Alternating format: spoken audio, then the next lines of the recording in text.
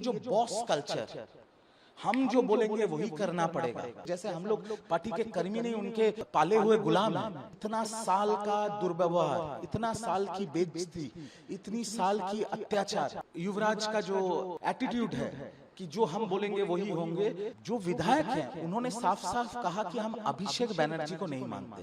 इस ट्वीट को आप कैसे देखते हैं? देखिए, ये मुद्दा शुरू हुआ था जब अभिषेक बनर्जी जी ने एक चिट्ठी दिया था विधानसभा के स्पीकर को कि ये हमारे नेता प्रतिपक्ष है शोभनदेव चट्टोपाध्याय और बॉबी हकीम हमारे चीफ विप हैं, बट उसमें कोई कानून फॉलो नहीं किया गया था।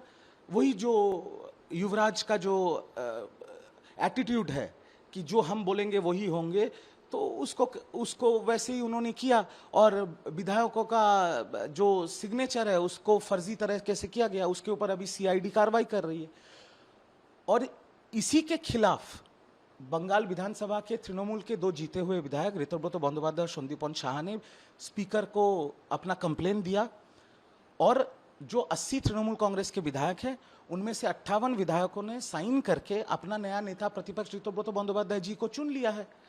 जो कानून के हित में हुआ है, कानून मान के, कानून फॉलो करके हुआ है वो चीज़, उसमें अभी कोई उंगली नहीं उठा सकता। 58 विधायकों ने साइन दिया था और जितना मुझे पता है अभी तो वो नंबर धीरे धीरे बढ़ रहा है। आपने बोला ममता बनर्जी और अभिषेक बनर्जी के खिलाफ है, नहीं। जो 80 विधायक है जिन्होंने तृणमूल की टिकट पे जीता है वो भी ममता बनर्जी को अपना लीडर मानते हैं।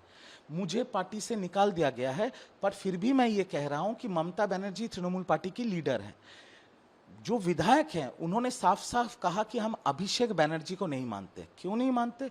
क्योंकि ये जो बॉस कल्चर, हम जो बोलेंगे वही करना पड़ेगा, ये जो इतना साल का दुर्व्यवहार, इतना साल की बेइज्जती, इतनी साल की अत्याचार, मानसिक अत्याचार, जो सीनियर पार्टी लीडर, विधायक, सांसद, प्रवक्ता, सबके साथ जो बर्ताव किया गया है, उनके तरफ से, उनके ऑफिस के तरफ, उनके पीए के तरफ से, उनके ऑफिस के जो छोटे मोटे कर्मी हैं, वो लोग हम लोगों को 2-3 बार के विधायक, 2-3 बार के सांसदों को ऐसे फ़ोन करके बात करते थे जैसे हम लोग पार्टी के कर्मी नहीं, उनके पाले हुए गुलाम हैं। तो ये जो गुस्सा सबके अंदर था, अब जैसे भय आउट हो गया है, सत्ता परिवर्तन हुआ है, अब आपके सामने है पूरा चीज। तृणमूल पार्टी बंद हो चुकी है और ममता दीदी अगर अभी भी मोह में या स्नेह में अपना आंख मूंद करके रखेंगे तो बहुत जल्द ये पार्टी साइन बोर्ड हो जाएगी। ये जो ट्रिगर पॉइंट था, इतने दिन से सब हर एक नेता अंदर दबा के क्यों रखे थे? ये क्या वजह थी कि पार्टी के साथ तो थे, काम कर रहे थे, लेकिन वो इंसल्ट सहे जा रहे थे, वो भी अभिषेक का, जिसे राजनीतिक भाषा में भी बोल सकते हैं कि 4 दिन के आए लड़के की बात के आगे उनको झुकना पड़ रहा था। क्योंकि क्यों नहीं ममता बनर्जी से डायरेक्ट इसका कंप्लेन किया जाए? देखिए, ममता बनर्जी जी के पास डायरेक्ट अभिषेक बनर्जी के नाम पे कंप्लेन करने का कोई सवाल ही पैदा नहीं उठता था, क्योंकि ममता दीदी ने उनको वो जगह दिया था, ममता दीदी ने पार्टी उनको सौंप दिया था। तो कौन जाके बोलेगा और क्या बोलेगा? और उस टाइम तृणमूल कांग्रेस के अंदर और पश्चिम बंगाल में ऐसा माहौल था, मैं आपको बता रहा हूँ मेरा खुद का बात, जब आरजी कर का कांड हुआ था, हम टीवी पे जाते थे प्रवक्ता के तौर पे, जब दिल नहीं मानता और जब हमें लगा कि हमारा जहन इसका परमिशन नहीं दे रहे, मैंने और 4-5 प्रवक्ताओं ने ये बात उठाया पार्टी के अंदर कि हम इसको जाके रोज डिफेंड नहीं कर सकते। तो उस टाइम पार्टी हमें बिना बताए मीडिया को लीक कर दिया गया था कि ये 4-5 प्रवक्ताओं को बिठा दिया गया। तो ये तो माहौल था। ये आप पार्टी के अंदर आवाज उठाओगे तो आपको पार्टी के पोस्ट से हटा दिया जाएगा या बिठा दिया जाएगा, और पार्टी छोड़ के अगर बाहर आवाज उठाओगे तो आपके ऊपर पुलिस कार्रवाई करेगी, गांजा केस दे देगी, आर्म्स केस दे देगी और आप 6-6 महीने जेल जाओगे। सबके परिवार है, सबका मान सम्मान इज्जत है। हम क्या सब तोलाबाज और चोट चोटता थोड़ी हैं? हम लोग तो अच्छे घर से आते हैं, हम तो तृणमूल नहीं करते थे पैसा कमाने के लिए। तो सबके ऊपर ये थ्रेट कल्चर चलता था तृणमूल कांग्रेस का कि अंदर बात करोगे और ज्यादा बात करोगे तो बिठा दिए जाओगे, और पार्टी छोड़ के ज्यादा बात करोगे या पार्टी के बाहर जाके मीडिया से ज्यादा बात करोगे तो तुम्हारे ऊपर पुलिस केस होगा, गांजा केस होगा, आर्म्स केस होगा। आप एएनआई मेरा बाइट ले रहे हैं। जब तृणमूल सत्ता में थी हम आपको बाइट दे सकते थे, एएनआई को बाइट दे सकते थे। एएनआई को ही तो बैन कर दिया था तृणमूल कांग्रेस ने, और तृणमूल कांग्रेस के सांसद वो क्विज मास्टर ने कि एएनआई को ही बाइट नहीं दे सकते हैं। था तो कोई मंत्री, कोई संतरी, कोई विधायक, कोई सांसद, कोई प्रवक्ता, किसी का हिम्मत था एएनआई के बूम को बाइट देने का? नहीं था, क्योंकि यही थ्रेट कल्चर था तृणमूल में कि आप एएनआई से बात नहीं कर सकते। एएनआई बीजेपी के तरफ से बात करती है, और ये दिक तक जारी हो गया था तृणमूल कांग्रेस अभिषेक बनर्जी की तरफ से और वो क्विज मास्टर सांसद की तरफ से। आज भय खत्म हो गया, लोगों को भरोसा मिला है, लोग एएनआई के सामने खोल के अपनी बात रख रहे हैं। अभी जैसे कि एक रेबल शुरू हो गया है, क्या नेक्स्ट मूवमेंट आपको लगता है कि सांसद के? मैं तो कल भी बहुत नेशनल मीडिया में बोला है और आज आपके एएनआई में भी खुला बोल रहा हूं। धुरंधर पार्ट 1 है बंगाल विधानसभा, धुरंधर पार्ट 2 है देश का संसद। क्योंकि जो हालत है, इस हालत में तृणमूल कांग्रेस में कोई रहना नहीं चाह रहा है, क्योंकि जो भी तृणमूल के सांसद हो, विधायक हो या प्रवक्ता हो या लीडर्स हो, इनके साथ जो बेइज्जती किया गया, इनके साथ इनको जो अपमान किया गया, इनके साथ जो थ्रेट कल्चर चलाया गया, जैसे धमकाया गया, चमकाया गया, जैसे भय का पूरा माहौल था, उसमें कोई नहीं रहना चाहता, कोई नहीं।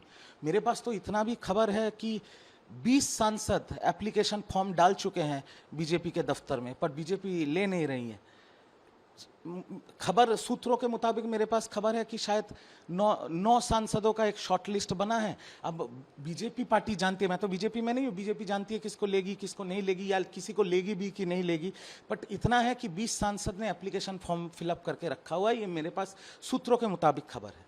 ममता बनर्जी जब भी किसी धरने पार्टी के जितने रिप्रेजेंटेटिव है, वो सांसद हो, विधायक हो, काउंसलर हो, चेयरमैन हो, मेयर हो या जो भी हो, हर कोई मंच पर बैठा रहता था दीदी के साथ। 2 दिन पहले भी दीदी ने एक धरना किया, हार के बाद वो पहला धरना था, कोई नहीं दिखा। गिने चुने विधायक और 1-2 सांसद दिखे उसमें। तृणमूल कांग्रेस के आज भी, क्योंकि जो भी फ्रैक्शन स्प्लिट हुआ है लेजिस्लेटिव पार्टी का, वो भी तो तृणमूल कांग्रेस ही है। वो लोग तो कोई नया पार्टी नहीं बना, वो लोग खुद को तृणमूल कांग्रेस बोल रहे हैं। तो उस हिसाब से तृणमूल कांग्रेस के आज के डेट पे भी 42 सांसद और 80 विधायक हैं। दीदी खुद जब धरने पे बैठी तो उनके साथ 4 सांसद और 7 विधायक थे, और बंगाल की मुख्यमंत्री ने जब एडमिनिस्ट्रेटिव मीटिंग बुलाया था वहां पर 20 विधायक थे।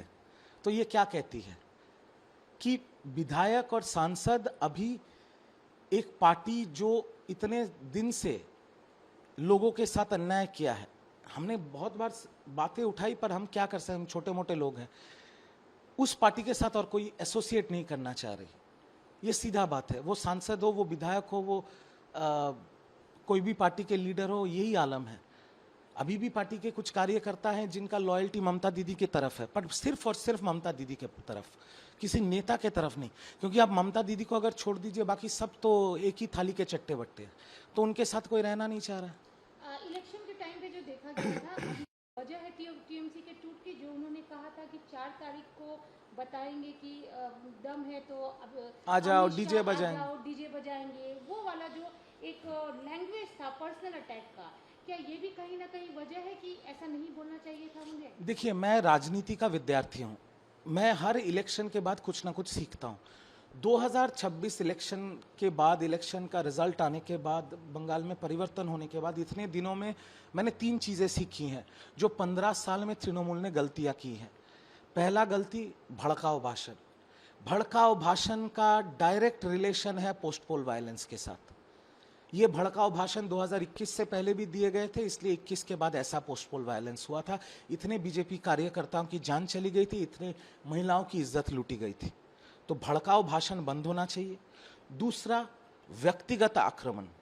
बीजेपी के भी कई नेता हैं जो ये कल्चर में अभी भी हैं।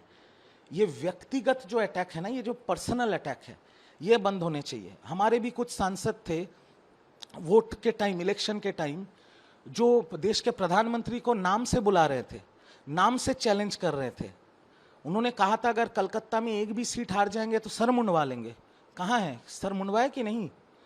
तो ये जो व्यक्तिगत अटैक का बात होता है ना, आज भी आप देखिए तृणमूल के कुछ नेता जो अभी नए नेता प्रतिपक्ष चुने गए हैं, ऋतुव्रत बंदोपाध्याय, उनको भी व्यक्तिगत अटैक कर रहे हैं। मुझे लगता है कि लोकतंत्र में और स्वस्थ तरीके से अगर राजनीति करना है तो व्यक्तिगत अटैक बंद होना चाहिए।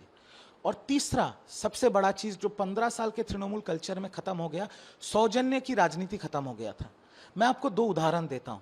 पहला उदाहरण अभी तृणमूल के विधायक बीजेपी के विधायक हैं सजल घोष बरानगर से। सजल घोष एक बहुत बड़ा दुर्गा पूजा करते हैं, संतोष मित्रो स्क्वायर का दुर्गा पूजा। वो मेरे को हर साल व्हाट्सएप में भेजते थे जब मैं तृणमूल में था और तृणमूल सत्ता में थी कि दुर्गा पूजा में आने के लिए। अब विश्वास कीजिए, सजोलदा ने 2 साल पहले राम मंदिर बनाया था दुर्गा पूजा में। मेरे घर के लोग, मेरी माँ, मेरी वाइफ, वो जाना चाहती थी, हम नहीं जा पाए क्योंकि अगर हम जाते तो मेरी पार्टी मेरे ऊपर एक्शन ले लेती।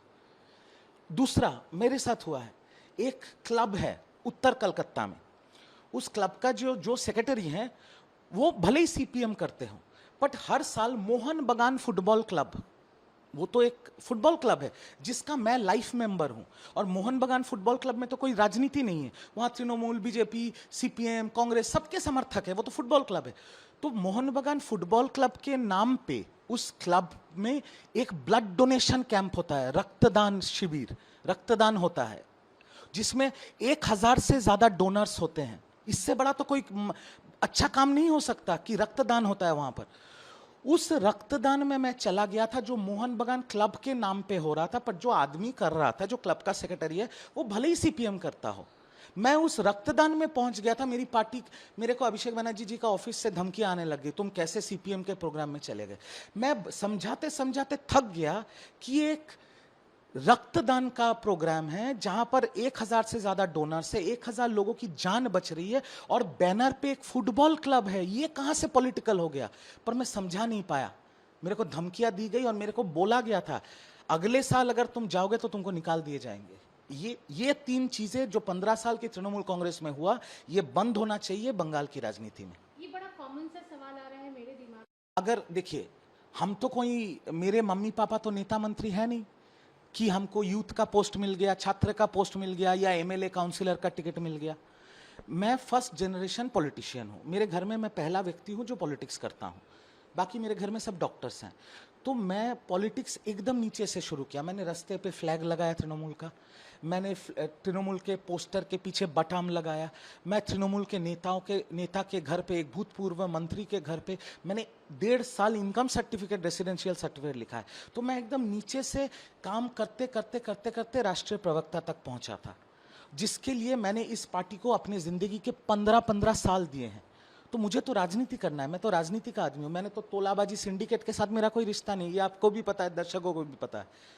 तो उस टाइम मेरे को अगर निकाल देता तो मेरा तो राजनीति खत्म हो गया, पॉलिटिकल करियर खत्म हो गया। और अगर मैं निकल के किसी और पार्टी में जाके तृणमूल के खिलाफ बात करता तो शायद मेरी मम्मी का पेंशन रुक जाता, मेरी वाइफ जो एक नॉन गवर्नमेंट ऑर्गेनाइजेशन में काम करती है शायद उनका नौकरी चला जाता, शायद मेरे को काम से निकाल दिया जाता, या मेरे ऊपर गांजा केस या पुलिस केस लगाया जाता। सबके परिवार है, हम क्या करते हैं, हम डर गए थे।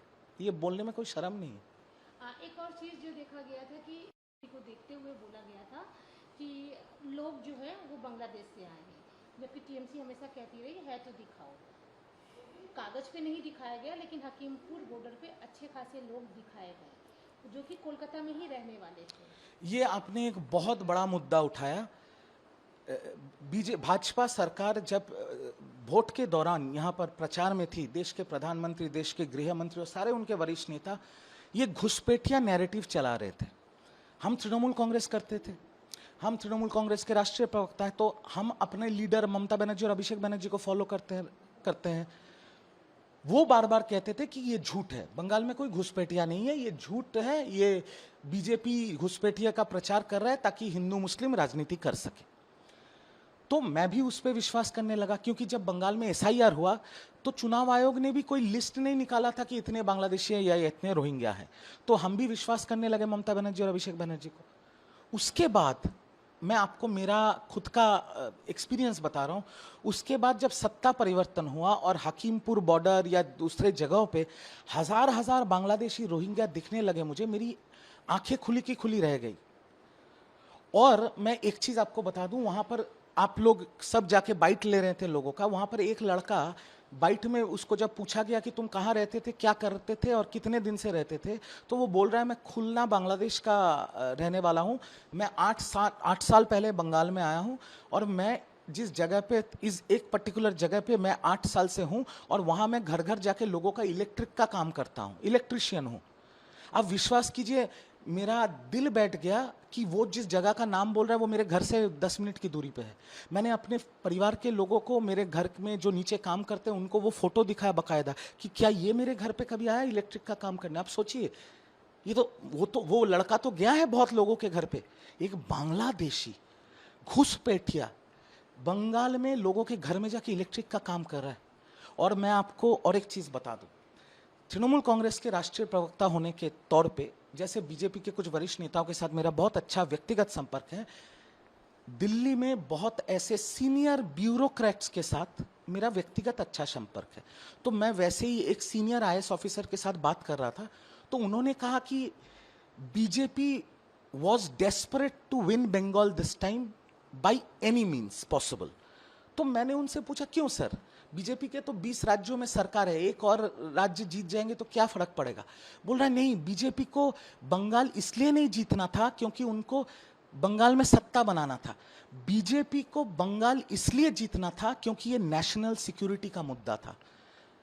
पूरा डिटेल्स तो मुझे नहीं पता, बट बीजेपी बंगाल, मैं आज बोल रहा हूं ये बात, बीजेपी ने बंगाल जीता इस देश को सुरक्षित रखने के लिए। और हकीमपुर बॉर्डर में जो वीडियोस आ रहे हैं, हजार हजार बांग्लादेशी घुसपैठियां, मतलब मेरा से बोलने का ये है कि देखिए, हर पार्टी इलेक्शन लड़ती है जीतने के लिए, और हर पार्टी यही कहती है कि साम दाम दंड भेद कुछ भी करो इलेक्शन जीतना है। कोई तो इलेक्शन नहीं लड़ता हारने के लिए, वहां तक ठीक है, पर इलेक्शन जीतने के लिए हम अपनी मातृभूमि की सुरक्षा कॉम्प्रोमाइज कर देंगे, यह नहीं हो सकता, नहीं हो सकता, नहीं हो सकता। देश सर्वोपरि है। मेरे लिए मेरा धर्म मेरे देश के बाद आता है, पहले देश, फिर धर्म, फिर मेरा पार्टी, मैं जो भी पार्टी करता हूं। तो पॉलिटिक्स के लिए मैं मेरी मातृभूमि का सिक्योरिटी कंप्रोमाइज कर दूंगा, ये नहीं हो सकता। आज मुझे शर्म आता है कि मैं किस पार्टी के लिए अपना जान दांव पे लगा के टीवी पे चिल्लाता था और डिफेंड करता था। मुझे सच में शर्म आता है।